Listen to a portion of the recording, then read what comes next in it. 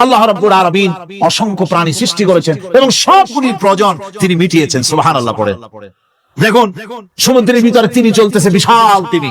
অনেকে দেখেন নাই, কেউ কেউ দেখেছেন, আমি দেখেছি তিনি মাছ, বিশাল তিনি। এই তিনি মাছ শত শত টন ওজন, একটা তিমি 150 টন, 250 টন, 500 টন, 1000 টন, বিরাট বিরাট ওজনের তিমি মাছ। এই তিমি মাছ পানির নিচে থাকে, আবার পানির উপরেও আসে। উপরে আসবে কেমনে, নিচে যাবে কেমনে এত ওজন নিয়ে? আল্লাহ সুবহানাহু ওয়া তাআলা তার পেটের ভিতরে লক্ষ লক্ষ গ্যালন পানি ধরে, হাজার হাজার গ্যালন পানি ধরে এরকম একটা রিজার্ভ ট্যাঙ্ক তৈরি করেছে। ও যখন ডুবতে চায় তখন পিঠের উপর থেকে ডালাটা উন্মুক্ত করে দেয়, গলগল করে সমুদ্রের পানি পেটের মধ্যে ঢুকতে থাকে। পানিতে ভরে গেল, শরীরের ওয়েট দারুণ ভাবে ওয়েট ক্যারি করলো, তখন সে আস্তে করে সমুদ্রের তলায় ডুবে গেল। আবার যখন সে শ্বাস প্রশ্বাসের জন্য, অক্সিজেনের জন্য সমুদ্রের উপরে উঠতে চায়, তখন ডালাটা খুলে দিয়ে পাম্প দেয় নিজের শরীরে। পাম্প দিলে পরে তার ভিতর থেকে রক্ষিত পানির ফোর্স এত উঁচা হয়, অন্তত 10 মাইল দূর থেকে সেই পানির ফোয়ারা দেখা যায়। তিমি মাছের এই অবস্থা দেখে মানুষ তৈরি করেছে সাবমেরিন। আমি সাবমেরিনেও চড়েছি, দেখেছি। দ্বিতীয় বিশ্বযুদ্ধে যে সাবমেরিন ব্যবহার করা হয়েছিল, পোর্টসমাউথে সেই সাবমেরিন আমাকে দেখানো হয়েছে, আমি দেখেছি। তাতেও ঠিক একই কায়দায় পানি ভরে পানির তলায় যায়, আবার ওঠার সময় পানি ছেড়ে উপরে চলে আসে। তিমি মাছ থেকেই মানুষ এটাকে গ্রহণ করেছে। মানুষের শিক্ষার জন্য অগণিত প্রাণী আল্লাহ সৃষ্টি করেছেন বিজ্ঞানের সাথে, তাই কোরআনের সংঘর্ষ নাই। বিজ্ঞান মানুষকে যত বেশি আবিষ্কার করবে, বিজ্ঞান কোরআন বোঝা মানুষের জন্য তত সহজ হবে। আর আপনারা যত জ্ঞানী হবেন, কোরআন যত পড়বেন, মাথা তত নত হবে। তুলা গাছের ফল যত পাকে, তত গাছ কি হয়, ডালগুলো কি হয়, উপরে উঠে যায়। বোঝেন না কেন? তুলা গাছ নাই আপনাদের দেশে? তুলারে কি কয় চট্টগ্রামে? তুলা গাছে কি কয়? তুলা গাছ। তুলা গাছের ফল যত পাকে তত গাছের ডাল কি হয়, যখন কাঁচা থাকে তখন নিচে থাকে, ডাল ঝুঁকে পড়ে, আর পাকলে পড়ে উপরে উঠে যায়। আর আম গাছের ফল যত পাকে তত ডাল কোথায় যায়, নিচে যায়। যারা মানুষের তৈরি করা এই সমস্ত জ্ঞানে যারা সমৃদ্ধ হয়, তারা ওই তুলা গাছের মতো আস্তে করে যতই জ্ঞানে বৃদ্ধ হয়, ততই ডাল উপরের দিকে যায়, জ্ঞান তত হালকা হয়। আর কোরআন আমের মতো, কাঁঠালের মতো, মানুষের উপকারী এমন এক ফলের মতো, যত পাকে যত পড়ে, জ্ঞান যত সমৃদ্ধ হয়, ততই আল্লাহর সামনে মাথা নত হয়ে যায়। মানুষের কাছে জ্ঞান খুবই সংক্ষিপ্ত জ্ঞান। মানুষের কাছে অমা উতিতুম মিনাল ইলমি ইল্লা কালিলা, খুব সামান্যতম জ্ঞানই তোমাদেরকে দেওয়া হয়েছে, বেশি জ্ঞান আমাদের কাছে নাই। সবচাইতে বড় জ্ঞানের উৎস আল্লাহ সুবহানাহু ওয়া তাআলা। জ্ঞানের উৎস হচ্ছে কোরআনে হাকিম। সেই কোরআন থেকে আল্লাহ পাক দয়া করে আমাদেরকে কোরআন শিখিয়েছেন। জোরে কোন সুবহানাল্লাহি বিহামদিহি। এই কোরআনের সব কথা আল্লাহ আর রহমান আল্লামাল কোরআন, আল্লাহ সবচাইতে বড় দয়া আমাদেরকে কোরআন শিখিয়েছেন। জোরে কোন সুবহানাল্লাহ। সেই কোরআনের মর্যাদা, সেই কোরআনের শিক্ষা, সেই কোরআন দিয়ে আমাদের কি ফায়দা ইত্যাদি কথা আমি ধীরে ধীরে আপনাদের সামনে আলোচনা করব ইনশাআল্লাহুল আজিজ। সবাই বলেন আমিন। আল্লাহর নবী বলেন, তোমাদের মধ্যে সর্বোত্তম ব্যক্তি সেই, তোমাদের ভিতরে ভালো ব্যক্তি, উত্তম ব্যক্তি সেই যে ব্যক্তি নিজে কোরআন শেখে আর অন্যকে শেখায়। কোরআন যে শেখে আর অন্যকে যে শিখায়, সেই ব্যক্তি হলো তোমাদের মধ্যে সর্বোত্তম ব্যক্তি, ভালো ব্যক্তি। সুবহানাল্লাহ পড়েন। কোরআনে কারীমের এই মর্যাদা সম্পর্কে রাসূল করিম সাল্লাল্লাহু আলাইহি ওয়াসাল্লাম বলেছেন, দুই ব্যক্তিকে, দুই শ্রেণীর লোককে ঈর্ষা করা যায়। অমুকে বিরাট বাড়ি করেছে, সে বাড়িতে একটা হিংসা হয়, আমি ওরকম বাড়ি করব, অমুকের মতো নেতা হব, অমুকের মতো বড় লোক হতে হবে। পরশ্রী কাতরতা অথবা ঈর্ষা করা, এরকমের ঈর্ষা করা জায়েজ নাই। রাসূলুল্লাহ বলেছেন, দুই ব্যক্তির সঙ্গে ঈর্ষা করা যায়। আন ইবনে উমর রাদিয়াল্লাহু তাআলা আনহু আন্নাহু قال قال رسول الله صلى الله عليه وسلم لا حسد الا على الاثنين, দুই ব্যক্তি ছাড়া অন্য কারো সাথে হিংসা করা যায় না, ঈর্ষা করা যায় না। কোন কোন ব্যক্তি? রাজুলুন আতাহুল্লাহুল কুরআন ফাহুয়া ইয়াকুমু বিহি আনা আল-লাইলি ওয়া আনা আন-নাহার, ওই ব্যক্তির সঙ্গে ঈর্ষা করা যায়, হিংসা করা যায় যে ব্যক্তিকে আল্লাহ পাক কোরআনের ইলম দান করেছেন। সে ব্যক্তি দিন-রাত কোরআন তেলাওয়াত করে, কোরআনের উপরে আমল করে, কোরআনের উপরে থাকে, মানুষকে কোরআনের দাওয়াত দেয়। ওই লোকের সাথে ঈর্ষা করা দরকার যে তার মতো হতে চায়। ورجل آتاه الله مالا فهو ينفق منه آناء الليل وآناء النهار, মুত্তাফাকুন আলাইহি, বুখারী মুসলিমের হাদিস। রাসূলুল্লাহ বলছেন অন্য আরেক ব্যক্তি হচ্ছে যে ব্যক্তিকে আল্লাহ পাক মাল দিয়েছেন, সম্পদ দিয়েছেন, ওই ব্যক্তি তার মাল আর সম্পদকে দিন-রাত দুহাতে আল্লাহর রাস্তায় খরচ করে, তার মতো হওয়ার জন্য তার সাথে ঈর্ষা করা যেতে পারে। আমার বন্ধুগণ, এই কোরআন হচ্ছে এমন এক কিতাব যে কোরআনকে নিয়ে যারা অগ্রসর হয় আল্লাহ তাদেরকে বাড়ায় দেন, আর কোরআনের সাথে যারা হিংসা করে, বিদ্বেষ করে, আল্লাহ তাদেরকে অধঃপাতিত করে দেন। عن عمر بن الخطاب رضي الله تعالى عنه أنه قال قال رسول الله صلى الله عليه وسلم إن الله يرفع بهذا الكتاب أقواما ويضع به آخرين رواه مسلم। হযরত ওমর রাদিয়াল্লাহু তাআলা আনহু বলছেন যে আল্লাহ পাক এই কোরআনের সাহায্যে এক শ্রেণীর লোককে প্রতিষ্ঠিত করবেন দুনিয়ার বুকে, এবং আখিরাতেও আরেক শ্রেণীর লোককে করবেন অধঃপাতিত। যারা কোরআনের সাথে বিরোধিতা করবে, তারা যদি হিরো হয় আল্লাহ তাদেরকে জিরো বানাবেন। কি বানাবেন? জোরে কোন, জোরে কোন, কি বানাবেন? জিরো বানিয়ে দিবেন। আর কোরআনকে নিয়ে যারা আগ বাড়ে, তারা যদি জিরো হয় আল্লাহ পাক তাদেরকে কি বানায় দেন? কোরআনের সাথে বিরোধিতা আজকের নতুন কিছু নয়, আবহমান কাল থেকে কোরআনের সাথে চলছে বিরোধিতা। বিশ্বকবি, কবি সম্রাট আল্লামা ইকবাল, আল্লাহ তাকে জান্নাতুল ফেরদাউস নসিব করুন, সবাই বলুন আমিন। আল্লামা ইকবাল বলেছেন, সতীজা কর রহা হ্যায় আসল সে তাইমরোজ, সতীজা কর রহা হ্যায় আসল সে তাইমরোজ, চরাগে মুস্তাফা ভি সে শরারে বুলহবিস।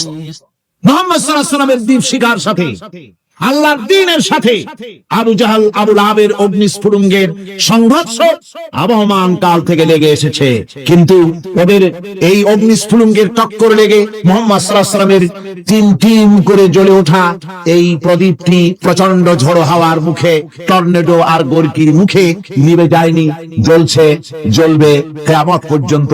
এটাকে নিভাবার ক্ষমতা বিশ্বের কোন মানুষের নাই।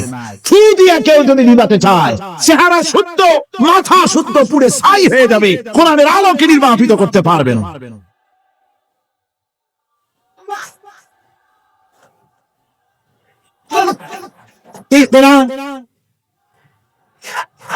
এই কোরআন যার সিনার ভিতরে থাকে, যার সিনার মধ্যে থাকে সে হয় সমৃদ্ধ, আর যার সিনার মধ্যে থাকে না সে হয় সবচাইতে ফকির আর এতিম। আল্লাহর নবী বলেছেন, ইন্নাল্লাযী লাইসা ফী জাওফিহি শাইউম মিনাল কুরআনি কাল বাইতিল খারিব, যেই দেহের ভিতরে কোরআন নাই, সেই দেহের ভিতরে, সেই সিনার ভিতরে কোরআন নাই, ওই মানুষটা হতেছে একটা সাড়া বাড়ির মতো, একটা উজাড় বাড়ির মতো, বিরান বাড়ির মতো। বিরান বাড়িতে কি থাকে? সাড়া বাড়িতে কি থাকে? না না, ভূত কিসের? খামোখাই ভয় পান আপনারা। ভূত বলে কিছু নাই। হ্যাঁ, শয়তান থাকে, জিন থাকে, তারপরে ওর মধ্যে আর কি থাকে? উতুম পেঁচা থাকে, ইঁদুর থাকে, তেলা পোকা থাকে, উই পোকা থাকে, বাঁদর থাকে, উল্লুক থাকে, সাপ। রাসূলুল্লাহর কথা দেখেন, কি সুন্দর কথা, সুবহানাল্লাহ, সুবহানাল্লাহ। যে দেহের ভিতরে কোরআন নাই, সারা বাড়িতে যা থাকে, পুরো বাড়িতে যা থাকে, বিরান বাড়িতে যা থাকে, যে দেহে কোরআন নাই সেই দেহের মধ্যে তাই থাকে। আজ দেখুন বাংলাদেশের শিক্ষাঙ্গনে, কলেজ, ইউনিভার্সিটি গুলিতে কোরআন পড়ানো হয় না, বলেন ঠিক কিনা? আমাদের বিশ্ববিদ্যালয়গুলিতে কোরআন পড়ানো হয়, তাফসীর পড়ানো হয়, হাদিস পড়ানো হয়। হাদিস, কোরআন, আল্লাহর কালাম পড়ানো হয় না বলে অবস্থা কি হয়েছে? হাদিস থেকে মিলায় নেই। ইন্নাল্লাযী লাইসা ফী জাওফিহি শাইউম মিনাল কুরআনি কাল বাইতিল খারিব, কোরআন নাই তো সারা বাড়ি, কোরআন নাই তো কি আছে? যে ঘরের মধ্যে মানুষ নাই, উল্লুক থাকে, ভাল্লুক থাকে, শয়তান থাকে, তেলাপোকা থাকে, সারপোকা থাকে, হিংস্র প্রাণী ভরপুর থাকে। যে শিক্ষা প্রতিষ্ঠানে কোরআন পড়ানো হয় না, সেখানেও সন্ত্রাসীরা বাস করতে পারে, ভালো মানুষ টিকতে পারে না।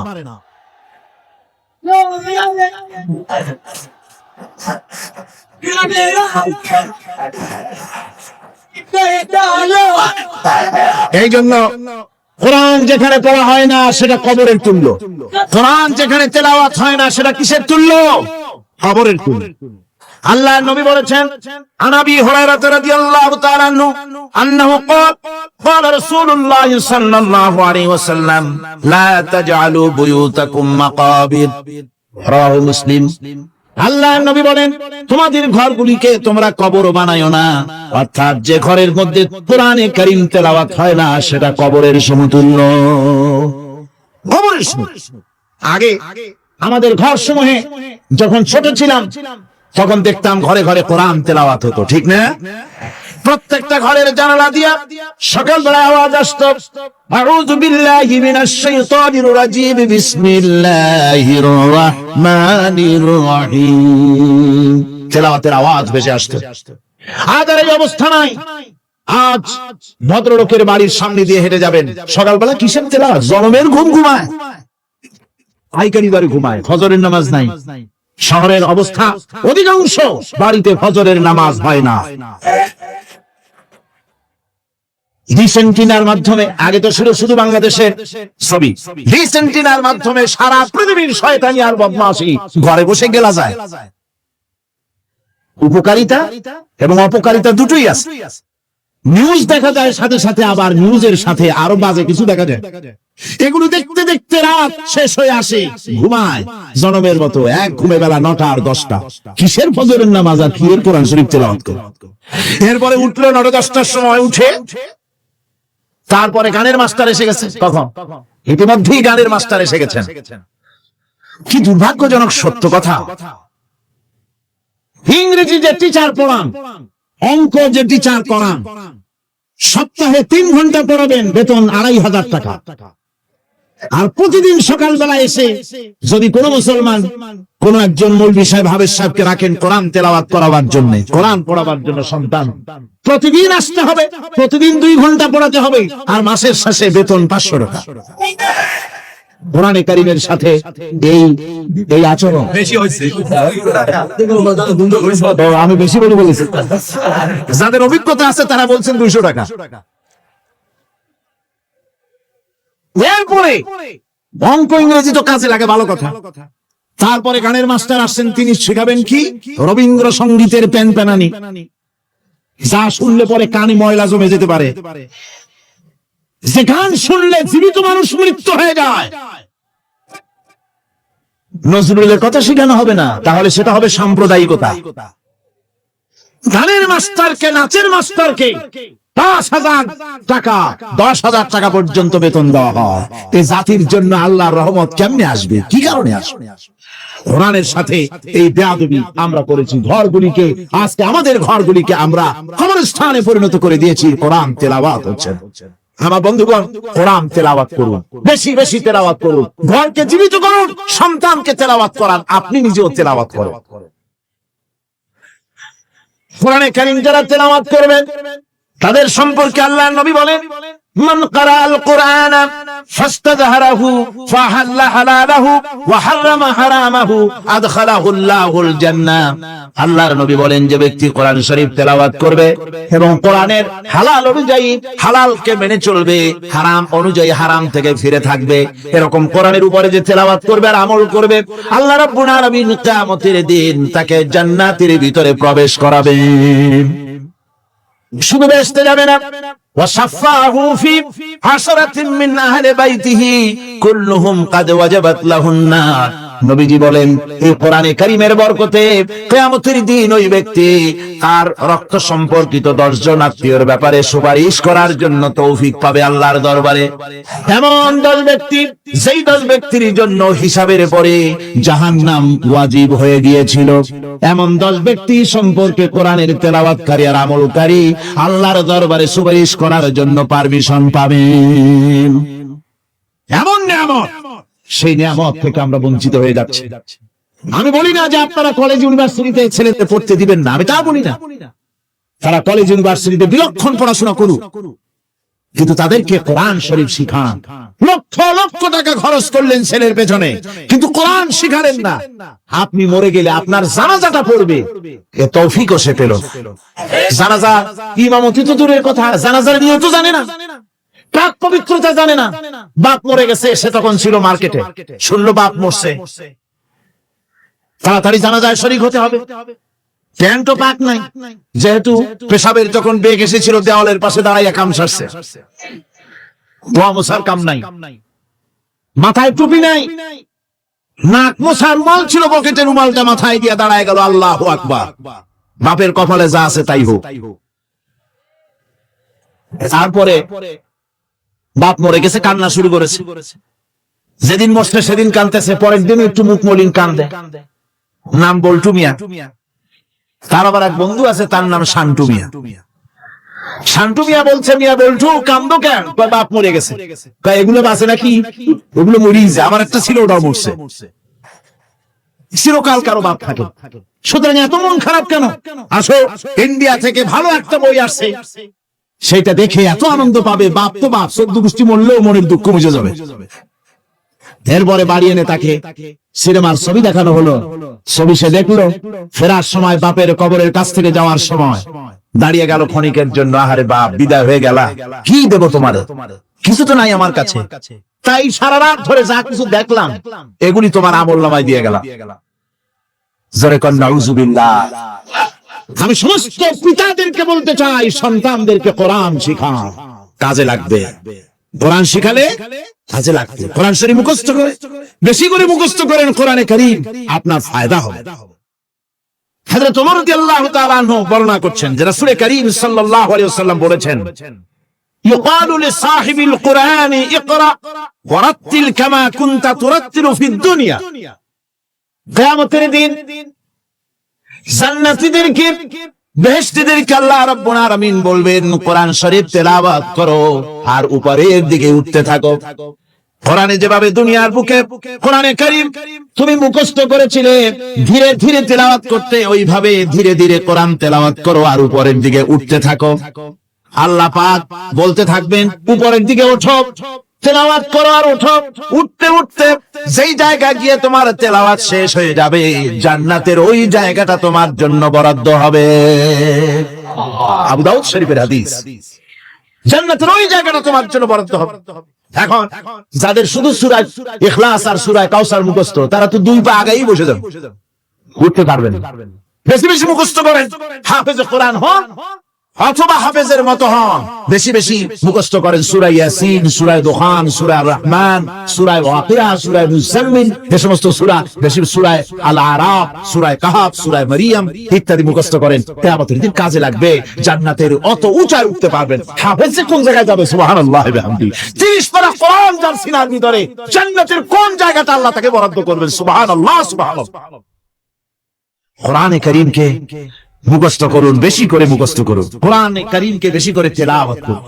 কোরআনে কারীমকে যারা বেশি করে তেলাওয়াত করবে, তেলাওয়াত করতে গিয়ে যারা আল্লাহর কাছে কিছু চাওয়ার সময় পাবে না, তাদের সম্পর্কে রাসূল কারীম সাল্লাল্লাহু আলাইহি ওয়াসাল্লাম বলেছেন হাদিসে কুদসি, হাদিসে কুদসি রাসূল কারীম সাল্লাল্লাহু আলাইহি ওয়াসাল্লাম বলেছেন, ইয়াকুলুর রাব তাবারাক ওয়া তাআলা মান শাগালাহুল কুরআন আন যিকরি মাসআলাতি আতাইতুহু আফযালা মা উতিয়াস সাইলিন।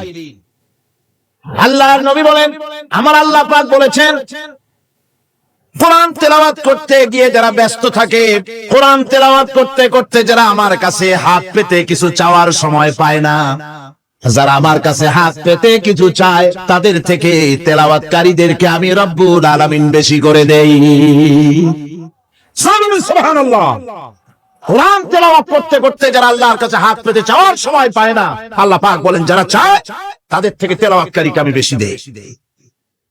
আমার বন্ধুগণ, শুধু তাই নয়, এই কোরআনে কারীম যারা তেলাওয়াত করবে, আমল করবে, কিয়ামতের দিন তার মা বাবার মাথার উপরে আল্লাহ রাব্বুল আলামিন, আবু দাউদ শরীফের হাদিসে এসেছে, তার মা বাবার মাথার উপরে নূরের টুপি পরিধান করানো হবে।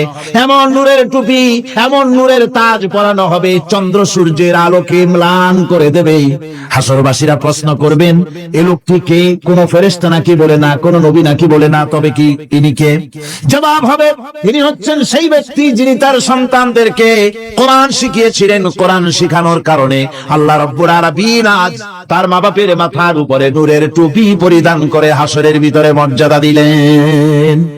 কিয়ামতের দিন দুনিয়া মর্যাদা পাওয়া যাবে, আখিরাতেও মর্যাদা পাওয়া যাবে যদি কোরআনে কারীমকে তেলাওয়াত করা যায়, আমল করা যায়, বোঝা যায়, তাহলে এই সমস্ত নিয়ামত আল্লাহ পাক দান করবেন। সুতরাং এই এত বড় নিয়ামত থেকে আমরা যেন কেউ বঞ্চিত হয়ে না যায়। কোরআন হচ্ছে এমন এক কিতাব যার তাফসীর লেখা হয় নাই।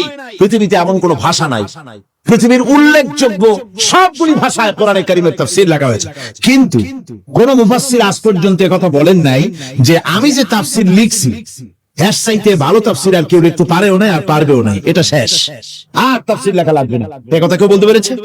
যারা বলেন পেরেছে, পারে নাই, তার কারণ কি? আল্লাহ রাব্বুল আলামিন বলেন, কুল লাউ কানাল বাহরু মিদাদান লিকালিমাতি রাব্বি লানাফিদাল বাহরু ক্বাবলা আন তানফাদা কালিমাতু রাব্বি ওয়ালাউ জিনা বিমিসলিহি মাদাদা। আল্লাহ পাক বলেন, নবী আপনি বলুন, আমার রবের কথাগুলি লেখার জন্য যদি সমুদ্রের পানিগুলি, সমুদ্রের সমস্ত পানিগুলি যদি কালিতে পরিণত হয়ে যায়, আর আমার রবের কথাগুলি যদি লেখা শুরু হয়ে যায়, আমার রবের কথাগুলি লেখার পূর্বে সমস্ত সমুদ্রের পানিগুলি শেষ হয়ে যাবে, তারপরে যদি আবার সমুদ্র ভরে দেওয়া হয়, আরো যদি লেখা হয়, তবুও আমার রবের কথা লেখা শেষ হবে না। আল্লাহ রাব্বুল আলামিন বলেন, ওয়ালাউ আন্নামা ফিল আরদি মিন শাজারাতিন আকলামু ওয়াল বাহরু ইয়ামুদ্দুহু মিন বা'দিহি সাবআতু আবহুরিম মা নাফিদাত কালিমাতুল্লাহ। আল্লাহ রাব্বুল আলামিন বলেন, মা নাফিদাত কালিমাতুল্লাহ। আল্লাহ পাক বলেন, 7টা সমুদ্রের পানি যদি একত্রিত করা হয়, 7টা সমুদ্রের পানি যদি এক জায়গায় করা হয়, এই পানিগুলি যদি কালিতে পরিণত হয়ে যায়, আর পৃথিবীর সমস্ত গাছগুলি যদি কলমে পরিণত হয়ে যায়, ওই গাছগুলি দিয়ে যদি ওই পানির রূপ কালি দিয়ে আমার প্রভুর কথা, আল্লাহ রাব্বুল আলামিনের কোরআনের কথা যদি লেখা শুরু হয়ে যায়, লিখতে লিখতে সমস্ত পানিগুলি, গাছগুলি শেষ হয়ে যাবে, আল্লাহ পাকের কালামের ব্যাখ্যা লেখা শেষ হবে না। মা নাফিদাত কালিমাতুল্লাহ, আল্লাহর কথা লেখা শেষ হবে না। এত বড় বিরাট আজিম কিতাব আল্লাহ পাক আমাদেরকে দান করেছেন, সুবহানাল্লাহ পড়েন। এই কিতাবের এত বড় গুরুভার আল্লাহ রাব্বুল আলামিন বলেছেন, লাউ আনজালনা হাযাল কুরআন আলা জাবালিন লারাআইতাহু খাশিআন মুতাসাদ্দিআন মিন খাশিয়াতিল্লাহ। আমি যদি এই কোরআনকে পর্বতের উপরে নাযিল করতাম, তাহলে তুমি দেখতে পেতে আমার ভয় ভীত সন্ত্রস্ত হয়ে পাহাড়গুলো চূর্ণ বিচূর্ণ হয়ে যেত। এত বড় আসিম কিতাব আমি তোমাদেরকে দান করেছি, যার গুরুভার বহন করতে কেউ রাজি হয়নি, পাহাড় পর্বত কেউ রাজি হয়নি, মানুষ রাজি হয়েছে। এই মানুষের উপরে আমি এটা অবতীর্ণ করেছি, গোটা বিশ্ববাসীর সামনে এই কিতাব আমি দিয়েছি তোমাদেরকে, এর দ্বারা হেদায়েত তোমরা গ্রহণ করবে। কিয়ামতের দিন আল্লাহর এই বিরাট নিয়ামত আমাদেরকে দান করলেন, আমরা এই নিয়ামতের না শুকর করেছি, অর্থাৎ এই কোরআনকে আমরা ব্যবহার করেছি সঠিকভাবে করি নাই, বেঠিকভাবে করেছি। প্রথম দিন দ্বিতীয় দিন আমি বলেছি কোরআন শরীফকে শুধু তাবিজ তোমারের জন্য, শুধু সওয়াবের জন্য তেলাওয়াত করেছি, আসলে শুধু সওয়াবের জন্য তা আসেনি। কোরআন বুঝতে হবে, আমল করতে হবে, তবে না শান্তি পাবো। আপনি যদি কোরআন হচ্ছে মানুষের জীবন সমস্যার সমাধানের গ্রন্থ, ওষুধ খেলে রোগ ভালো হয়। ওষুধ খেলে কি হয়? কেউ যদি সকাল বেলায় তসবিহ হাতে নিয়ে 500 বার পরে ওষুধ ওষুধ ওষুধ 500 বার পড়লে রোগ কি ভালো হবে? বরং রোগ আরো বাড়তে পারে চিল্লাইতে। শীতের জন্য লেপ্টায় যায় না দিয়া কেউ যদি চিল্লাইতে থাকে, জিকির করে লেপ্ত শোক লেপ্ত শোক লেপ্ত শোক, শীত কি বন্ধ হবে নাকি? পানির পিপাসায় ছটফট করে মানুষ যদি চিল্লায় পানি পানি পানি পানি পানি, পানির পিপাসা আরো বাড়বে। তাহলে কি বোঝা গেল? পিপাসা লাগলে পানি পান করতে হবে, শীত লাগলে কম্বলটা গায়ে দিতে হবে, রোগ হলে ওষুধটা খেতে হবে, তাহলে সব সমস্যার সমাধান হবে। অনুরূপ ভাবে আমরা শুধু কোরআনে কারীমকে তেলাওয়াত করি সওয়াবের নিয়তে, তার হুকুমগুলি জীবনের উপরে আমল করি না বলে আজকের জীবন আমাদের বিপর্যস্ত হয়েছে। ব্যক্তিতে, পরিবারে, রাষ্ট্রে শান্তি নাই, কোথাও শান্তি নাই এই কারণে। আর কিয়ামতের দিন রাসূল আসামি করবেন তাদেরকে যারা কোরআন অমান্য করেছে। রাসূল হবেন বাদী। বাদী হবেন কে? জোরে বলেন, কে বাদী হবে? রাসূল। আসামি হবে কারা? যারা কোরআন ছেড়ে দিয়েছে। আল্লাহ রাব্বুল আলামিন বলেন وقال الرسول يا رب إن قومي اتخذوا هذا القرآن مهجورا। কিয়ামতের দিন রাসূল আল্লাহর দরবারে ফরিয়াদ করবেন, আয় আমার রব, আয় আমার আল্লাহ তাআলা, এই সমস্ত লোকগুলি তোমার কালামকে, তোমার কোরআনকে অপ্রয়োজনীয় জিনিস বলে তারা পরিত্যাগ করেছিল। আমার বন্ধুগণ, কিয়ামতের দিন যখন এরা উপস্থিত হবে আল্লাহর দরবারে, আল্লাহ রাব্বুল আলামিন কোরআনের সাথে যারা ঠাট্টা করেছে, বিদ্রুপ করেছে, কোরআনের আইনকে নিয়ে যারা ঠাট্টা বিদ্রুপ মজাক উড়াইছে, কিয়ামতের দিন তাদেরকে বলা হবে ওয়াকিলাল ইয়াউমা নানসাকুম কামা নাসিতুম লিকা ইয়াউমিকুম হাযা। কিয়ামতের দিন আল্লাহ রাব্বুল আলামিন কোরআনের ঠাট্টাকারী, কোরআনের বিদ্রুপকারী, কোরআনের আইনের অমান্যকারীদেরকে বলবেন, আমি আজকে তোমাদের ভুলে গেলাম, যেমন করে তোমরা এই দিনে আমার সঙ্গে সাক্ষাৎকারের কথা ভুলে গিয়েছিলে। তোমরা যেমন আমার আজকের এই কিয়ামতের দিনের কথা যারা ভুলে গিয়েছিলে, আজকে আমিও তোমাদেরকে ভুলে গেলাম। এরপরে কি হবে? ওয়া মাওয়াকুমুন নার ওয়া মা লাকুম মিন নাসিরিন। আল্লাহ পাক বলেন এরপরে এদের জায়গা হবে জাহান্নাম, আর এদের সাহায্যকারীও কেউ থাকবে না, জাহান্নামে চিরকাল থাকতে হবে। এটা এই জন্য যে তারা আল্লাহর কোরআনের সঙ্গে ঠাট্টা করেছে, বিদ্রুপ করেছে, কোরআনের আইন মানে নাই, কোরআনের আইনকে অমান্য করে চলেছে। এই জন্য কিয়ামতের দিন আল্লাহ রাব্বুল আলামিন তাদেরকে শাস্তি প্রদান করবেন। কোরআন পৃথিবীর বুকে আল্লাহ নাজিল করেছেন, শুধু তেলাওয়াত করবেন ঝুলে ঝুলে, এজন্য নয়। কি জন্য নাজিল হলো? এবার উদ্দেশ্য শোনো। আল্লাহ পাক বলেন আর রহমান আল্লামাল কোরআন। আল্লাহ রাব্বুল আলামিন তিনি হলেন এমন দয়াবান, এমন রহমান, যিনি কোরআন শিখালেন। কি কারণে শিখালেন? কোরআন নাজিলের উদ্দেশ্য কি? আল্লাহ পাক বলেন ইন্না আনজালনা ইলাইকাল কিতাবা বিল হাক্কি লিতাহকুমা বাইনান নাসি বিমা আরাকাল্লাহ। আল্লাহ পাক বলেন এই কিতাব আমি আপনার প্রতি অবতীর্ণ করেছি এই জন্য, যাতে করে আপনি আল্লাহর প্রদর্শিত এই বিধান অনুযায়ী মানুষের উপরে বিচার ফয়সালা করতে পারেন। মানুষের উপরে আইন চলবে আল্লাহ। কার আইন? জোরে বলেন কার আইন? আলা লাহুল খালক ওয়াল আমর। সৃষ্টি যার, আইন চলবে কার? আল্লাহ পাক বলেন এই জন্য নাজিল করলাম, কোরআন নাজিল করেছি যাতে করে কোরআনের আইন দিয়ে বিচার ফয়সালা করতে পারেন, সেই জন্যই কোরআন নাজিল করলাম। আসলে আল্লাহর নবীর এই পৃথিবীতে আগমনের উদ্দেশ্য ওটাই ছিল। হুয়াল্লাযী আরসালা রাসূলাহু বিল হুদা ওয়া দীনিল হক লিইয়ুযহিরাহু আলাদ-দীনি কুল্লিহি ওয়া কাফা বিল্লাহি শাহীদা।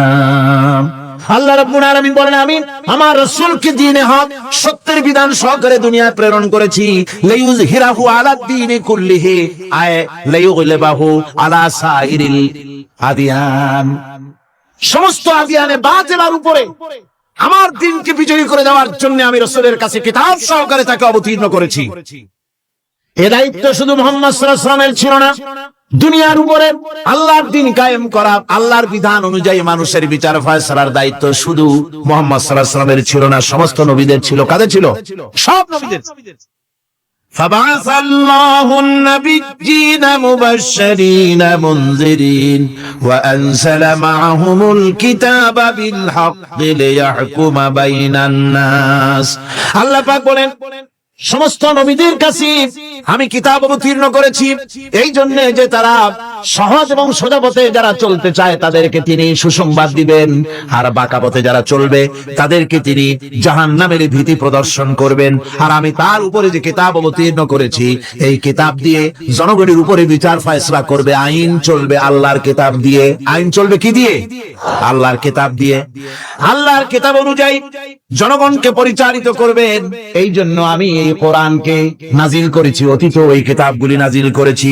কুল ইয়া আইয়ুহান নাসু ক্বাদ জাআকুমুল হাক্কু মির রাব্বিকুম, আল্লাহ পাক বলে নবী আপনি বলে দেন, আপনি বলুন হে মানব সকল, আল্লাহর পক্ষ থেকে তোমাদের জন্য মহাসত্য এসেছে, এই মহাসত্য যদি অনুসরণ করো তোমাদের জন্য কল্যাণকর হবে।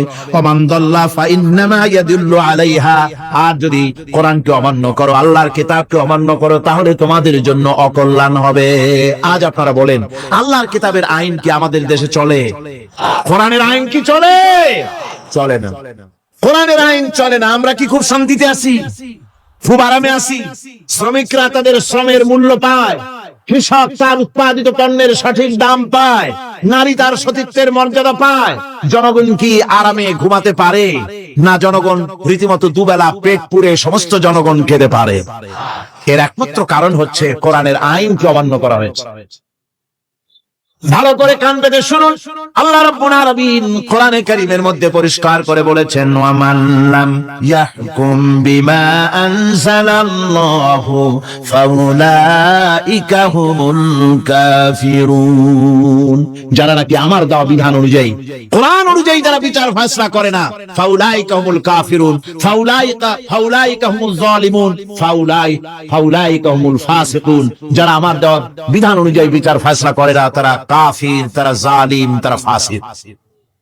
সুতরাং এই এর ভিতরে এই জুলমের মধ্যে জালিমদের অন্তর্গত, ফাসিকদের অন্তর্গত হয়ে বাংলাদেশের বহু মুসলমান, পৃথিবীর বহু এলাকার মুসলমান এর মধ্যে লিপ্ত হয়ে আছে। কোরআনের আইন চালু না করলে পরে, কোরআনের আইন না মানলে পরে জালিম হতে হবে, কাফির হতে হবে, ফাসিক হতে হবে। অর্থাৎ যতখানি না মানবে ততখানি এই বিশেষণে বিভূষিত হতে হবে। এক শ্রেণীর লোক আছে যারা বলে দাঁড়ান ধর্ম আর রাজনীতি আলাদা। বলেন কিনা?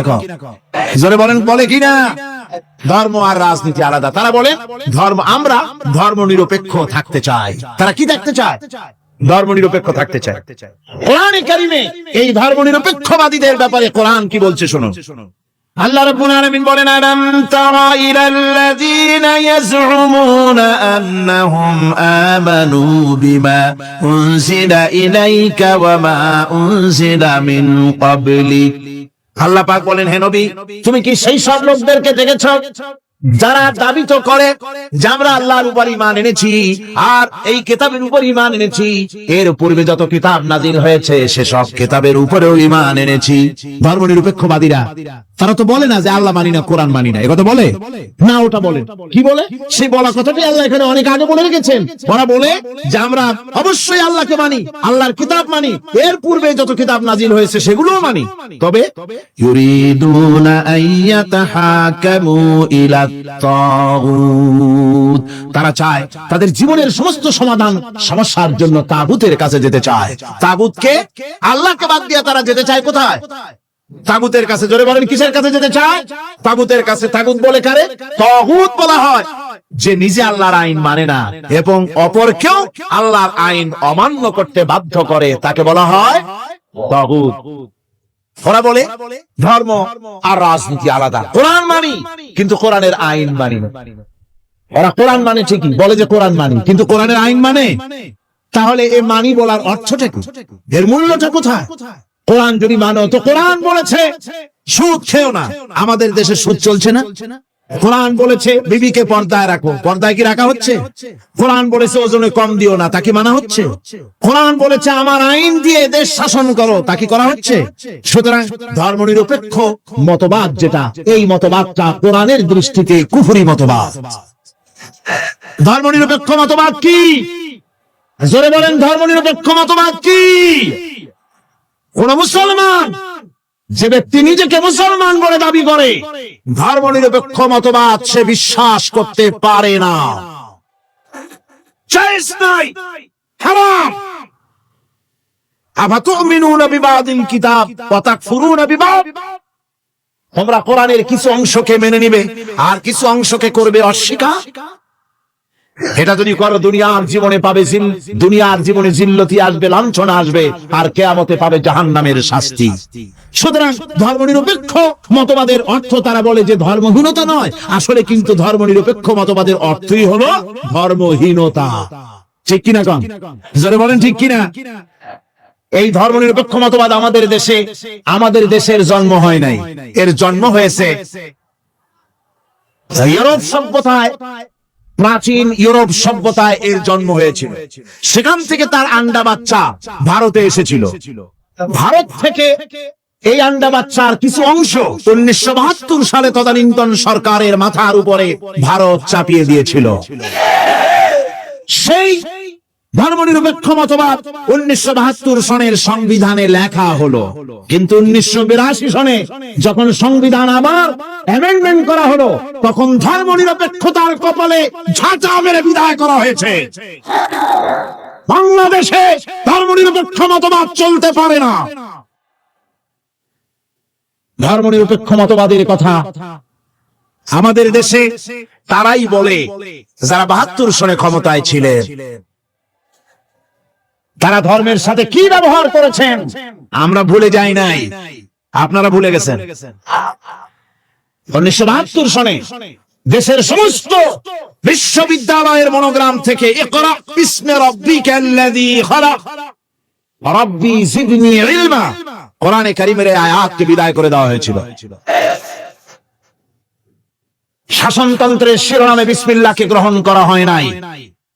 শুধু তাই নয়, কোরআনে কারীম যেখানে তেলাওয়াত করা হয়, তখনকার সময় রেডিওতে, টেলিভিশনে, ওই 72 থেকে 3 বছর, এবং এখনো সেই দলটি মিটিং করতে গিয়ে, কোন জায়গায় কিছু করতে গিয়ে, আগে কোরআন শরীফ, তারপরে গীতা, তারপরে বাইবেল, এগুলি হচ্ছে মুনাফিকের লক্ষণ। কিসের লক্ষণ? সেখানে যেই টেবিলে, যেই মঞ্চে কোরআন তেলাওয়াত হয়, বাইবেল, গীতা পড়া হারাম, পড়া হতে পারে না। কোরআনের চাইতে শ্রেষ্ঠ কিতাব আল্লাহর দুনিয়া আছে? সমস্ত কিতাবকে রদ করেছে কোরআন। হযরত ওমর রাদিয়াল্লাহু তাআলা রাসূল করিম সাল্লাল্লাহু আলাইহি ওয়াসাল্লামের কাছে গিয়ে তাওরাতের একটা পাতা পড়তেছিল।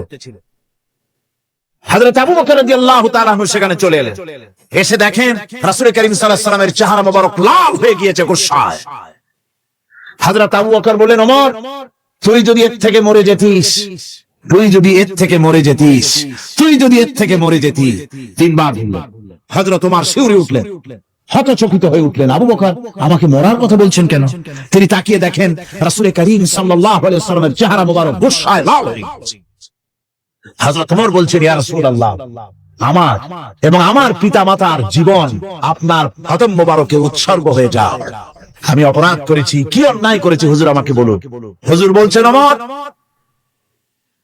তুমি যে তাওরাতের পাতা আমার সামনে পড়তেছো, এই তাওরাত যার উপরে নাজিল হয়েছিল, সেই মুসা আলাইহিস সালাম যদি আজকে বেঁচে থাকতেন, তাহলে আমার উম্মতের ভিতরে শামিল হয়ে যাওয়া তার জন্য ফরজ হয়ে যেত।